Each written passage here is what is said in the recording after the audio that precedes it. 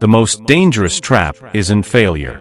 It's false success, where everything looks perfect on the outside, but the soul is quietly suffocating. You smile in public, but question your purpose in private. You hit goals, but your spirit still whispers, "Is this all there is?" This is the danger of living life according to the world's blueprint, a blueprint that rewards performance, but ignores the person, a system that praises productivity, but overlooks the presence.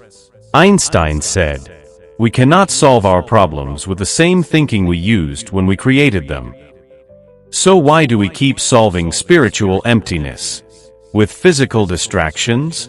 Why do we silence our God-given calling with louder noise, longer hours, and one more paycheck? Let me tell you something that might sound radical. You were never meant to chase money. Money was meant to follow your mission. When you chase calling, you attract provision. But when you chase provision, you often miss the path you were designed to walk. God is not trying to fit you into a job description. He is trying to awaken what He already placed within you. You are not waiting for an opportunity. You are being prepared for an assignment. There is a difference. Jobs are man-made. Callings are heaven-born. Jobs can be taken. Callings cannot be revoked. Jobs are seasonal. Callings are eternal. You might say, "But I have responsibilities. I need to survive." Yes, but survival is not your destiny. You were made to thrive in the kingdom, not just exist in the system. God never designed you to wake up dreading your day, to exchange your time for a paycheck while your purpose gathers dust. He placed something sacred inside of you, a fire, a frequency, a fingerprint of heaven. And the world doesn't need more busy people. It needs more aligned ones, more awakened souls who refuse to be caged by titles and choose instead to walk in truth. Alignment begins with this realization: I am not what I do. I am who God says I am. Even Jesus, the Son of God, never operated from hustle. He moved with peace. He wasn't in a rush. He was in rhythm. He wasn't climbing a ladder. He was carrying a cross. That's what calling often looks like. Not applause, but obedience. Not convenience, but covenant. Not followers, but faithfulness. The world might never understand. And that's okay, because your reward doesn't come from them. Your reward comes from the one who formed you in the secret place. So if you're in a season where things feel slow, where you're hidden, where no one sees your work or applauds your effort, rejoice. God does His best work in obscurity. David was trained in the field. Joseph was prepared in a prison. Moses met destiny in the wilderness. Jesus launched after 30 years of silence. Heaven is never late, only thorough. So don't despise the preparation. Don't curse the hidden season. It's not punishment. It's positioning. You are not forgotten. You are being formed. And one day, when the moment is right, what God has been building in you will speak so loudly. The world will have no choice but to listen. Not because you chased fame, but because you chose faithfulness. You were never meant to be a cog in a machine. You were meant to be a creator, not just of things, but of impact, of change, of eternal difference. But the world will try to convince you otherwise. It will tell you to fit in, to conform, to be like everyone else, to pursue the same goals, to live by the same standard, and to measure your success by the same yardstick. But what if the yardstick is wrong? What if success isn't measured by your title or your paycheck, but by your obedience to the call of God? What if fulfillment is found not in what you do, but in who you are? Einstein once said, "Imagination is more important than knowledge. Foreknowledge is limited, whereas imagination embraces the entire world, stimulating progress, giving birth to evolution." And so it is with calling. It is a journey that can't be defined by earthly metrics. It is a divine imagination that transcends all limitations. A blueprint for your life that was laid before you were born. Your calling isn't a career, it's a creation. An unfolding masterpiece designed by the Creator himself. But here's the catch. You can't live out your calling if you're too busy chasing someone else's path. You can't walk in the light He's placed in you if you're too focused on the shadows of comparison. It's time to step out of the crowd. It's time to stand in the unique place God has designed just for you. The world will never understand it. It doesn't need to. But heaven sees it. Heaven applauds it. You were made to be set apart. Not to be alone, but to be authentically yourself. Not to be isolated, but to be distinct. To shine in a way that reflects the beauty of God's design. There is only one you, and there will never be another. Your story isn't a coincidence. It's part of a greater narrative, the story of the kingdom. A narrative that isn't limited by time, by economy, by culture, or by circumstance. And when you step into that narrative, you stop competing with others. You stop feeling less than. You stop measuring your worth by the wrong standards. You begin to see yourself as a masterpiece, not a work in progress, but a work of divine design. This is where true freedom comes. When you realize that your worth is not defined by what you do, but by who you are in Christ. That's the foundation of your purpose. That's where it all begins. And when you build on this foundation, when you step into your divine identity, your calling will flow out of you with ease. It won't feel like a grind. It will feel like grace. Because grace isn't just about forgiveness. It's about empowerment. It's about being equipped for the work God has for you. Work that is not born from your own strength, but from His. So stop chasing titles. Stop chasing recognition. Stop chasing the temporary things that fade. Instead, seek what lasts. Seek the kingdom. Seek His purpose for you. You are not made to be ordinary. You were made to be extraordinary in Him. They told you to dream, but only within the limits of what's realistic. To be imaginative, but not too radical. To have faith, but only on Sundays. And so slowly, the soul gets trained to obey the system, not the spirit. To measure life by salaries instead of assignments. By promotions instead of purpose. By applause instead of alignment. But purpose doesn't ask, what will this pay me? It asks, who will this make me? Because every job can end. Every title can fade. Every role can be replaced. But calling? Calling is tattooed on your spirit. Einstein said, the intuitive mind is a sacred gift and the rational mind is a faithful servant.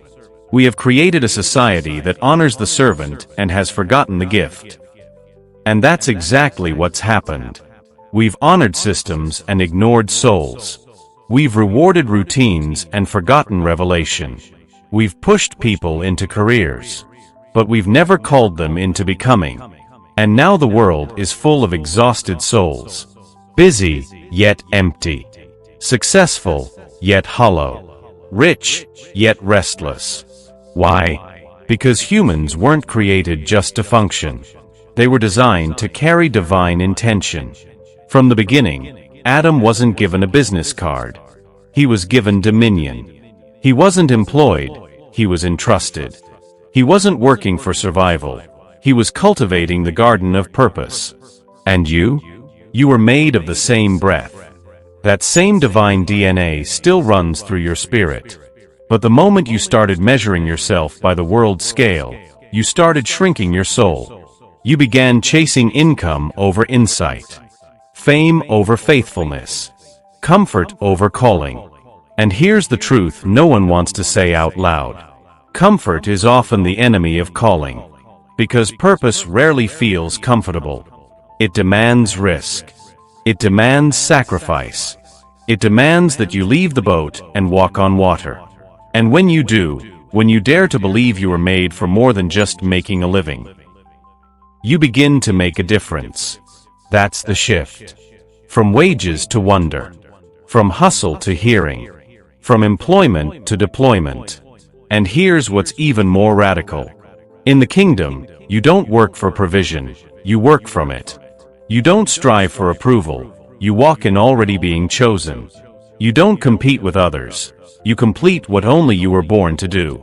When Jesus called Peter, he didn't offer a better fishing gig. He said, "Follow me, and I will make you fishers of men." That's what calling does. It takes what you already know, your skill, your talent, your voice, and it transforms it into something eternal. He doesn't discard your gift. He redirects it. But that requires trust. It requires letting go of control, of outcomes, of image, of security as defined by a paycheck, and replacing it with security defined by the presence of God. That's why Moses could lead a nation with no resume. Why David could be anointed king while still smelling like sheep. Why Paul gave up everything that made him respected, just to be obedient. Because purpose doesn't care how the world sees you. Purpose is rooted in how heaven sent you. You were not born for the applause of man. You were born for the assignment of God. And the sooner you stop measuring your life by titles, trends, and timelines, the sooner you'll realize you were never meant to blend in. You were meant to ignite something. You are a living solution to a problem in this generation. Not because of what you do, but because of who sent you. So ask yourself, will I keep chasing what fades? Or will I surrender to what lasts forever? Will I keep trying to impress people? Or will I impact eternity? Because one day, every job will end. Every platform will go silent. Every check will stop coming. But your purpose? That will echo forever. So stop waiting to be hired. You've already been called. We live in a world that celebrates what you do. But heaven watches who you're becoming. The world says, achieve more. God says, abide deeper. And this is where the great conflict begins. Because when you build your life on productivity, you begin to forget how to be still. You confuse motion with meaning. And soon, your worth is tied to how much you accomplish, instead of how much you align. But alignment is where power begins. Even Einstein understood this principle when he said, "The most beautiful thing we can experience is the mysterious. It is the source of all true art and science." And what is more mysterious, more sacred, than the idea that you were not created for yourself? That your existence carries echoes of eternity? That your every breath was designed to contribute to something far bigger than your career, your title, or your name? That's why you feel restless. Not because something's wrong, but because something is calling. You were born with eternity written into your bones. And that eternity cannot be satisfied by temporary things. Not money. Not status. Not success. You can earn the world's applause and still feel like your soul is starving. Because only God can feed what He created. And what He created in you is not small. It is not average. It is not meant to be hidden behind business cards or trapped in cubicles. He created you to create, to build, to bless, to speak truth when others go silent, to walk with authority when others bow to fear. But here's the tension. When you choose purpose, you must often walk away from popularity. Purpose might cost you comfort. It might cost you the approval of others. It might look like failure to those who don't understand the eternal economy of heaven. But hear this. When you walk in divine assignment, you are never behind. You are not wasting time. You are being sharpened by time. God does not rush greatness. He didn't rush Moses. Didn't rush Joseph. Didn't rush David. And He's not rushing you. Because destiny is not built in a moment. It's built in the middle. In the seasons no one claps for. In the quiet places where your character is carved. in the stretching, the silence, the solitude. Einstein spent years thinking deeply before his breakthroughs became visible. Why do you think your process should be instant? Purpose is never instant. It's always intentional. You're not just here to exist.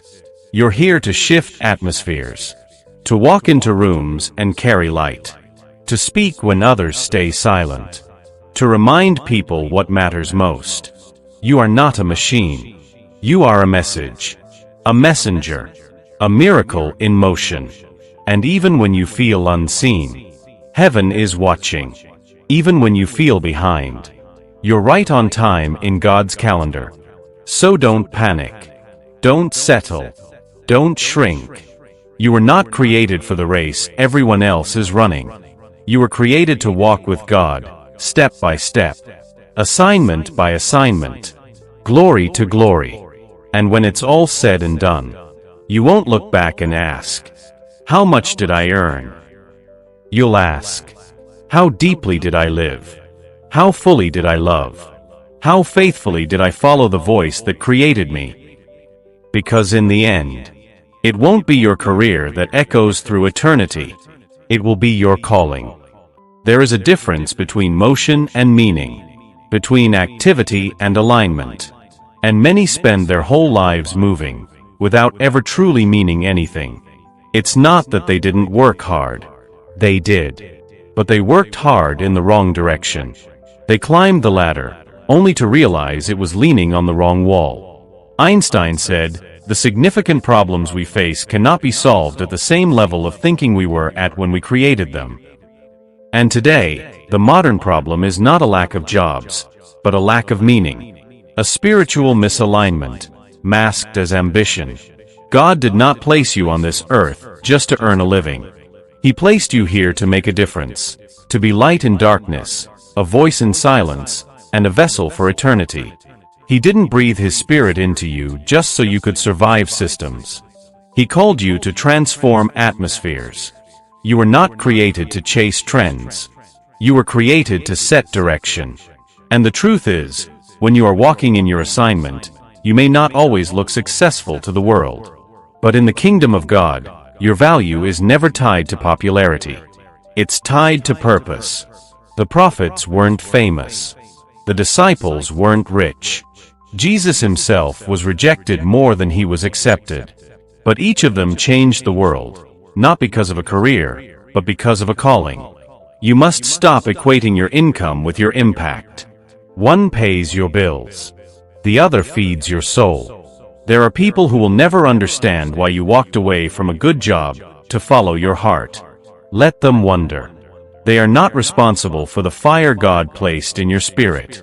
Sometimes purpose will make you look foolish, until it makes you a pioneer.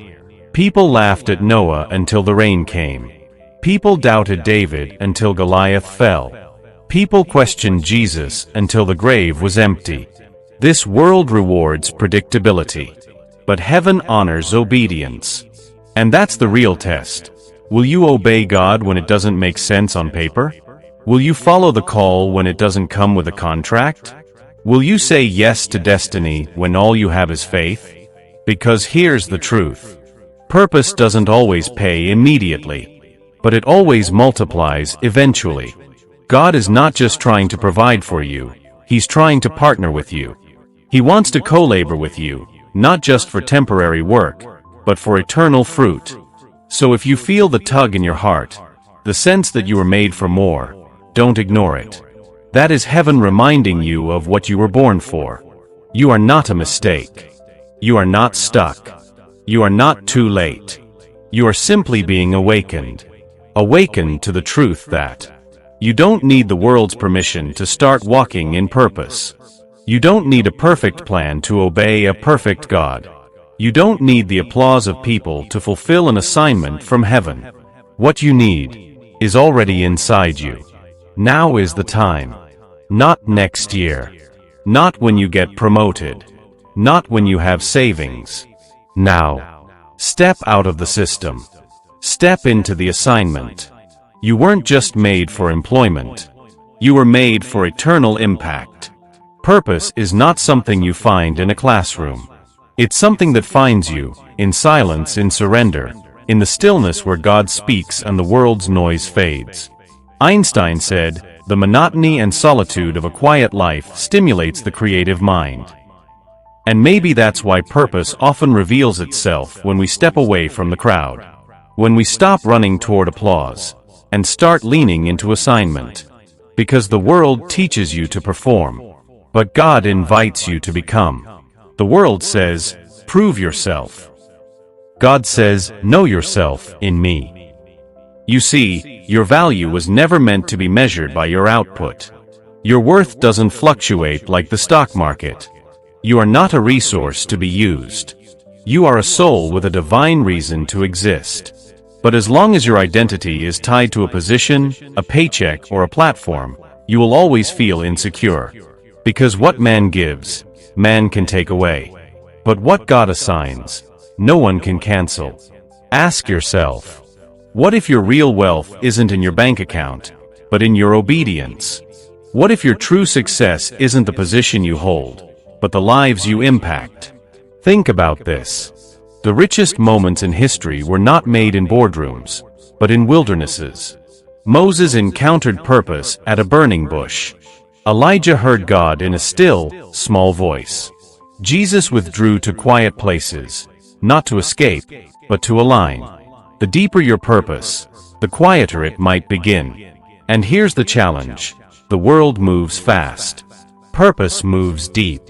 You'll never discover divine calling while sprinting on someone else's treadmill. You must pause, reflect, disconnect from the race, and reconnect to your reason. You are not behind. You are not too late. You are being prepared. Prepared to rise, not through hustle, but through hearing. Prepared to move, not by pressure, but by presence. Because when God sends you, it's not a promotion. It's a mission. And missions don't always make sense on paper. Sometimes, they look like detours, like confusion, like waiting. But in heaven's timing, nothing is wasted. The seasons you thought were delays were actually development. He was shaping you in silence so you could speak with weight. He was maturing your faith so your impact could last. He was hiding you so he could reveal you when the time was right. So don't rush the process. Don't fear the unknown. Don't shrink your dream just to fit into society's expectations. You were never meant to be standard. You were meant to be set apart. You are not merely employed, you are empowered. Not just called, you are chosen. Not just created, you are commissioned. Let the world chase jobs. Let heaven awaken callings. And when the noise gets loud and doubt creeps in, remind yourself, I wasn't sent here to survive. I was sent here to shift something. I carry purpose. I carry light. I carry heaven's assignment. And that is more powerful than any job title ever printed on a business card. When God created Adam, he didn't hand him a job application or suggest he hunt for a paycheck. No, he placed him in the Garden of Eden and gave him a profound assignment. Work, as we understand it, existed before the fall of man. It was never meant to be an endless cycle of toil, struggle, or survival. Adam was entrusted with dominion, authority, and responsibility, not as a mere worker, but as a steward, a creator, and an innovator. You see, the world's modern notion of work often restricts us to a cycle of labor for survival. But that wasn't God's plan. The first man wasn't called to pursue a salary. He was called to pursue purpose. As we are told from an early age, the goal is to go to school, achieve good grades, find a stable job, and retire comfortably. But what if this pursuit isn't the one we are meant to follow? The truth is, God never designed us to chase a paycheck. He designed us to chase purpose. His plan is not for us to be employed, but to be deployed, sent into the world with a mission that goes beyond mere survival. Consider for a moment, God didn't call Adam to work a job, but to fulfill a grand purpose. He didn't say, find a career, he said, fill the earth, subdue it. In essence, he called man to be an explorer, a creator, not just a worker. Today, society tells us that success is defined by our job titles. But God's voice is different. He calls us to seek His kingdom first and live with an eternal perspective. The world tells us to secure employment to provide for our needs. God says, "I am your provider. Seek first the kingdom of God, and all these things will be added unto you." Matthew 6 verse 33. When we seek jobs, we look for security in human systems, jobs, salaries, status.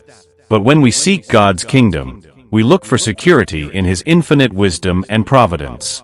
Look at the life of Jesus. He never advised anyone to seek employment. Instead, He called individuals to follow Him, not to apply for a job, but to embark on a divine assignment. He transformed their focus from mere work to purpose. Imagine Peter, James, and John. They were fishermen, working a trade to survive. Yet, when Jesus approached them, He didn't offer them a better fishing job. He offered them something greater, a divine purpose. "Follow me, and I will make you fishers of men," Matthew 4 verse 19. Jesus invited them to shift their gaze from jobs to mission, from employment to purpose. The world may define success by the number of zeros on a paycheck, but this is a shallow understanding. The truth, much like the principles of physics and nature, reveals a deeper law, that fulfillment lies not in what we do, but in why we do it. Consider Moses. When God called him, he wasn't seeking a leadership position. He wasn't looking for employment. He was running from his past. But God didn't look at his resume. He looked at his purpose. When David was anointed king, he wasn't in the palace. He was tending sheep. No one saw his destiny yet, but he was walking in his calling long before the world recognized it. Too many of us are driven by the world's demands, to find a job, build a career, and secure a future based on earthly standards. But remember, jobs are temporary, your calling is eternal. The world defines success as climbing the corporate ladder. God defines success as fulfilling your divine purpose, which cannot be taken away by layoffs, economic downturns, or shifting job markets. Even Jesus himself didn't hold a traditional job. His life was a mission, a purpose. Paul, once a respected Pharisee, gave up his career for the higher calling of God. His job wasn't what fulfilled him. His calling did. When we seek purpose over jobs, we begin to live not just for survival, but for significance. We wake up each day not to earn a paycheck, but to make an impact. The difference between chasing a job and pursuing your calling is the difference between struggling to survive and flourishing in your true purpose. When you seek a job, you depend on human systems.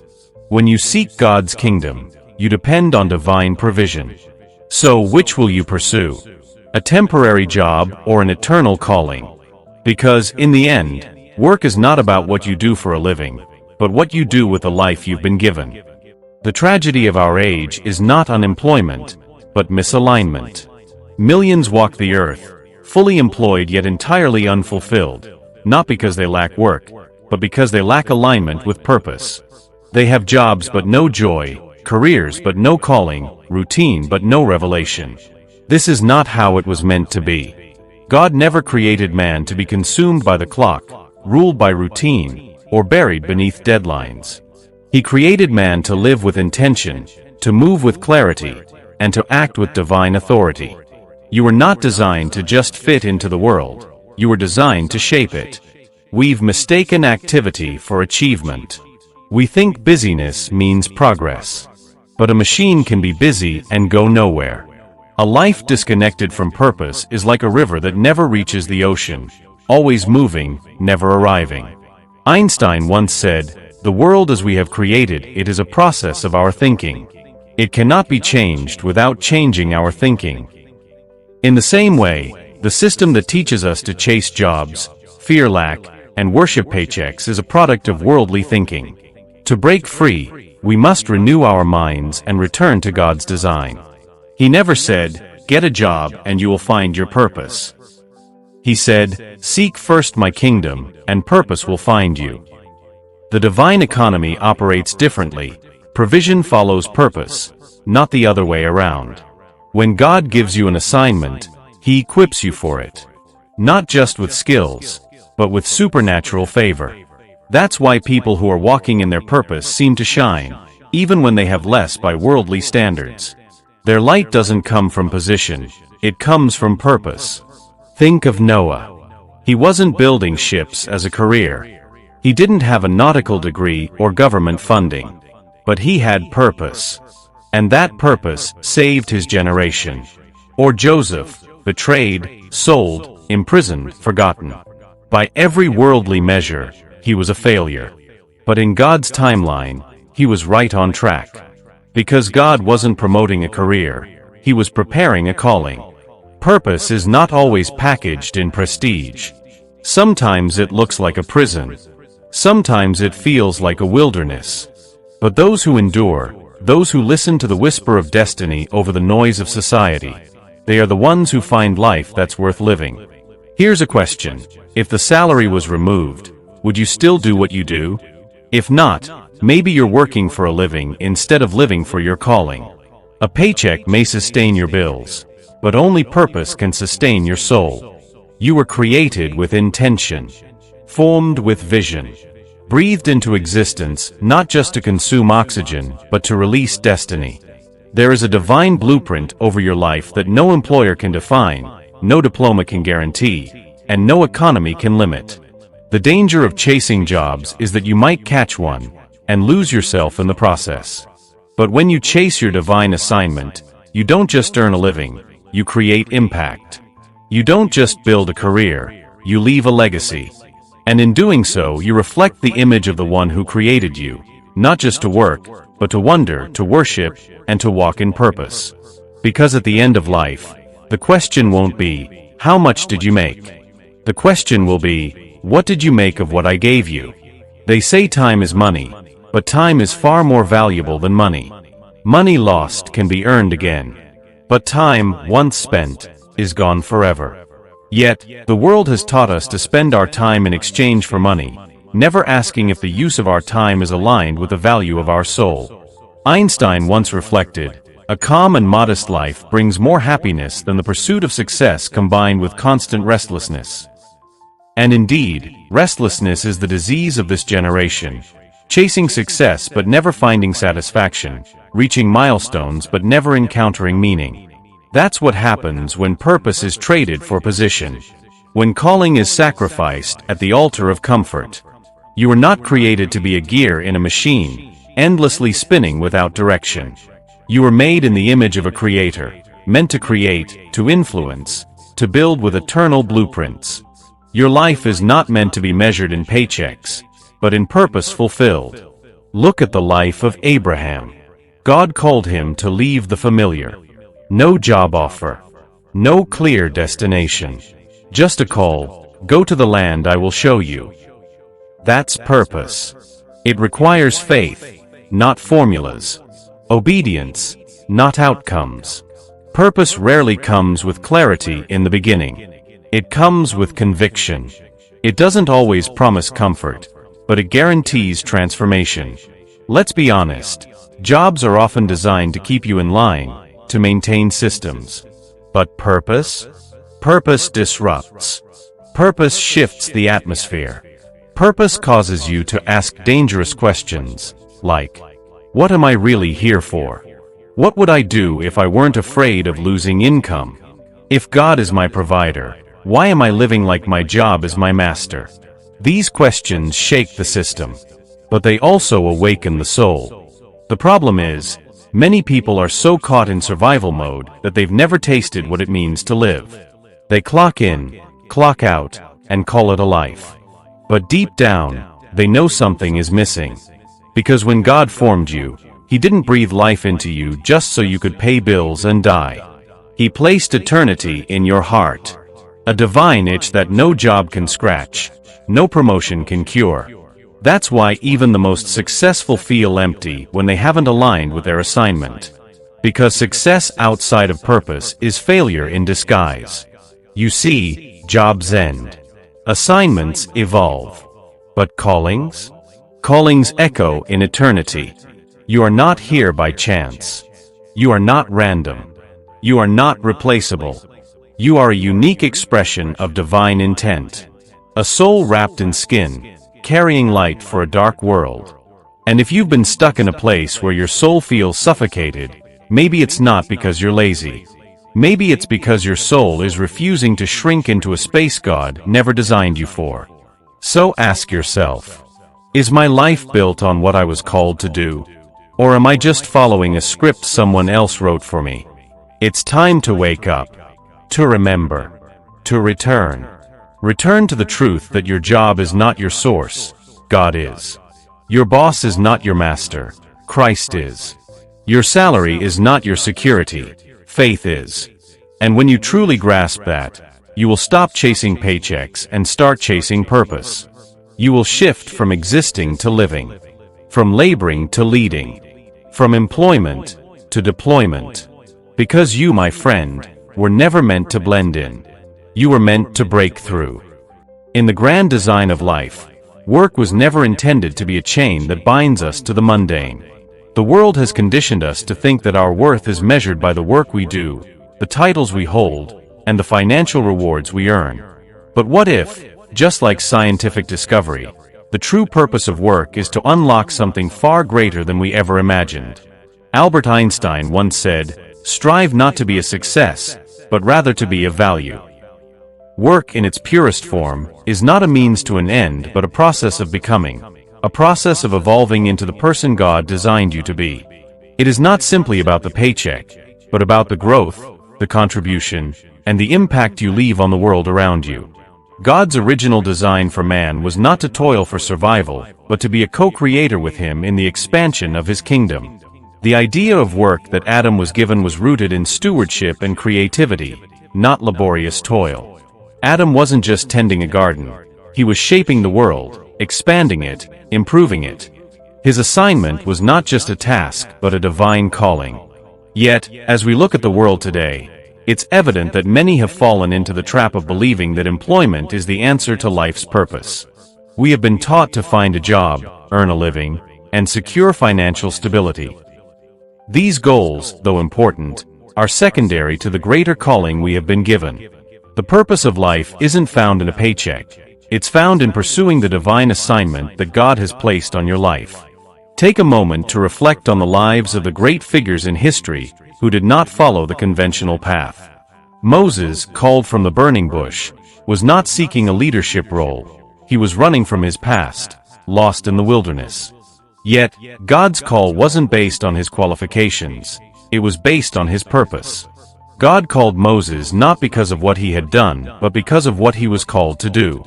Similarly, David, anointed king while tending sheep, was not vying for a position of power. He was already walking in his calling before the throne was ever within reach. His identity wasn't tied to his occupation, but to the purpose God had placed on his life. Now, consider the Apostle Paul.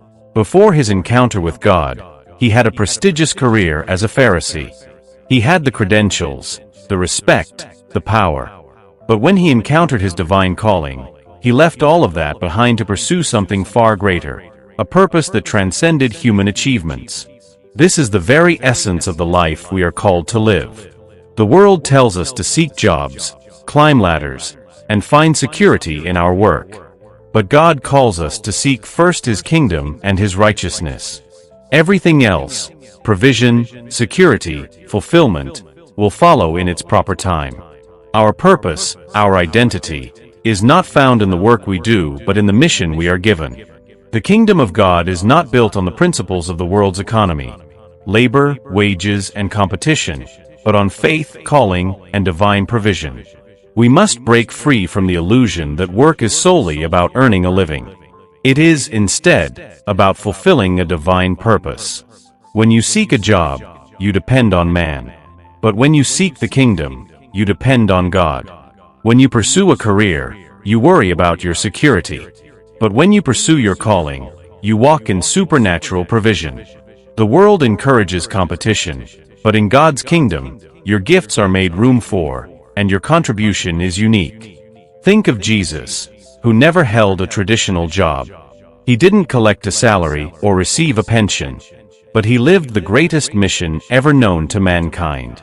His work was not about personal gain or earthly success. It was about fulfilling the purpose for which he was sent. When you step into your divine calling, work becomes something more profound than just a means to pay bills. It becomes a way to impact lives, to leave a legacy, to be a vessel for the divine. The focus shifts from survival to significance. The purpose of work is no longer tied to worldly accomplishments, but to the eternal impact you have on the world. It's time to reframe our understanding of work.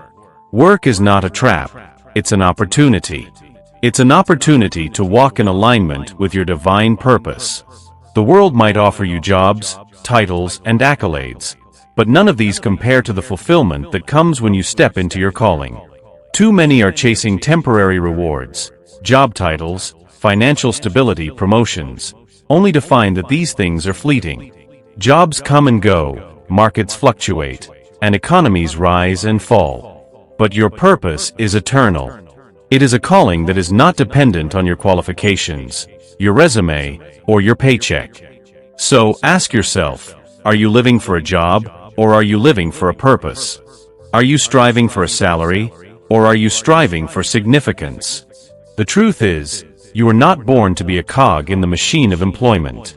You were born to fulfill a divine purpose that extends beyond the boundaries of a paycheck. Your calling is greater than any career. And when you walk in that calling, you no longer have to worry about the temporary security of a job. You will have the eternal security that comes from fulfilling God's purpose for your life. As Einstein would suggest, focus not on the pursuit of success for success's sake, but on the pursuit of significance. Purpose, when aligned with God's calling, will always lead to something far greater than a mere job. And that is where true fulfillment lies.